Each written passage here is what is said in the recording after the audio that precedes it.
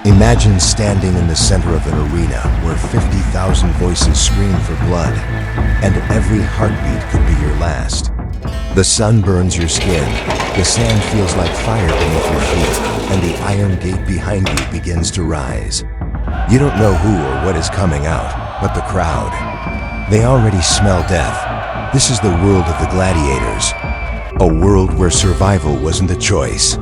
It was entertainment. For centuries, the Roman Empire hid a secret so dark that even its emperors feared it. An underground industry built on violence, betrayal, and human lives bought and sold like weapons. But behind every gladiator's helmet was a story far more dangerous than the arena itself. Rome, 80 a day dawn breaks over the colossal shadow of the Colosseum. The streets vibrate with footsteps as thousands pour in, hungry for a spectacle. They come from every corner of the city, from the wealthiest senators to the poorest commoners, all united by a single insatiable thirst for blood. Inside the arena, the air is already thick with anticipation. Slaves rake the sand smooth, methodically wiping away the dark stains of yesterday's blood as if it never existed. They sprinkle a fresh layer of sand, a clean canvas for the brutal art that is about to unfold. But beneath the grandstands, in the dim, labyrinthine corridors below, a different world exists. A gladiator stands alone, his hands chained, his breathing slow and measured. The echoes of the roaring crowd seep through the cold stone walls, a constant, menacing hum that sounds like a warning. This isn't just another fight. For him, and for the others waiting in the shadows, this is a judgment. The moment when their lives will be weighed, measured, and decided not by gods, but by the whims of a roaring mob. So who were these men? These icons of brutal combat? Who were the gladiators? The answer is more complex than the myths suggest. Many were prisoners of war, captured on distant battlefields and dragged to Rome in chains, their military skills repurposed for the arena. Others were criminals, their death sentences transformed into a public spectacle. They were condemned to die, but the arena offered them a slim, violent chance to postpone that fate, one fight at a time. And then there were the others, the volunteers. Free men, often desperate and buried in debt, lured by the promise of gold, glory, and the almost impossible dream of rising above a life of suffocating poverty. They willingly signed contracts, selling their freedom for a chance to earn fame and fortune in the sand. But whatever their past, a proud soldier, a common thief, or a hopeful citizen once they stepped through the gates of the training school, they all became the same thing: property. They were branded, trained, and systematically reshaped into living weapons, crafted for the sole purpose of Roman entertainment. Their old identities were stripped away, replaced by a new name, a new purpose, and a new master. This transformation took place within the unforgiving walls of the Ludus, the gladiator training school. Here, life was a relentless cycle of discipline and pain. Metal clashes against metal in a dusty courtyard as new recruits train under the merciless eye of the lanista, the school's owner and trainer. Whips crack through the air, a sharp counterpoint to the grunts of exertion and the thud of bodies hitting the ground. Shields splinter, swords break, and bones ache. The training was designed to be harder than the arena itself, to forge men into hardened killers who felt no fear and showed no mercy. A veteran gladiator, his face a roadmap of old scars, stops to watch a young recruit collapse from exhaustion. The boy gasps for air, his body trembling. But instead of offering a hand, the veteran leans down and whispers coldly, "If the sand doesn't accept you now, it will swallow you later." The message was brutally clear: weakness is death. There was no room for compassion, no time for rest. Survival depended on becoming stronger, faster, and more ruthless than the man standing opposite you. But beyond the heroic myths of honor and courage lies a truth almost erased by history. The world of the arena was a dark and twisted place, riddled with political manipulation, rigged fights, and hidden alliances. The spectacle was controlled far more by chaos and power plays than by any notion of a fair fight.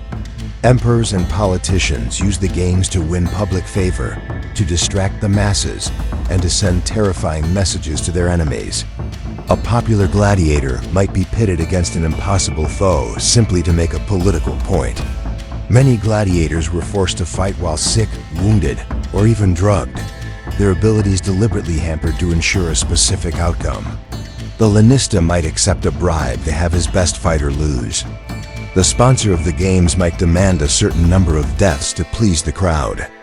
In the torch-lit tunnels beneath the Colosseum, the air was thick with more than just dust and sweat. It was thick with fear. Trembling fighters waited for their turn, each one knowing the same chilling reality. The gate only opens one way, and not everyone returns through it. Their fate was sealed long before they ever stepped into the light. The crowd erupts into a deafening roar. A gladiator named Marcus steps into the arena, blinking in the sudden blinding sunlight. He takes a deep breath, the thick air of fear and dust filling his lungs. Across the sand, his opponent waits. He towers over Marcus, armored like a beast, dragging a heavy spiked chain behind him. He is a spectacle of pure, brute force, designed to terrify. The horn sounds, the fight begins. The first strike is brutal, sending Marcus staggering backward, his shield rattling. The second nearly breaks him, a crushing blow that brings him to one knee. The crowd senses a quick kill, but Marcus rises. Again and again.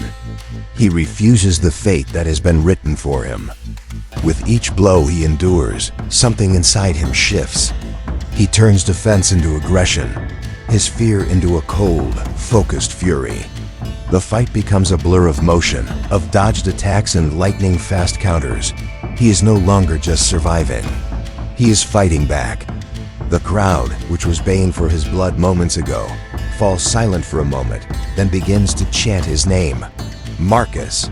Marcus, it's a rare honor, a sound that echoes with respect. In that moment, Marcus becomes more than just a fighter. He becomes a symbol. A man who defied the Empire's desire to break him and instead forged his own legend in the sand. But glory always comes with a cost. The more famous a gladiator became, the more dangerous their opponents grew. The public demanded ever greater spectacles. A celebrated champion couldn't be seen winning an easy fight. So they were thrown into the arena with lions, bears, and other exotic beasts imported from the far reaches of the Empire. They were forced to face multiple enemies at once, their odds of survival deliberately stacked against them. Their lives became a tightrope walk between fame and death. Victory meant the thunderous applause of the crowd, more gold, and another day to live.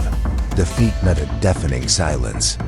And in that silence, all eyes would turn to one man, the Emperor. The final decision of life or death was in his hands, communicated with nothing more than a simple silent gesture.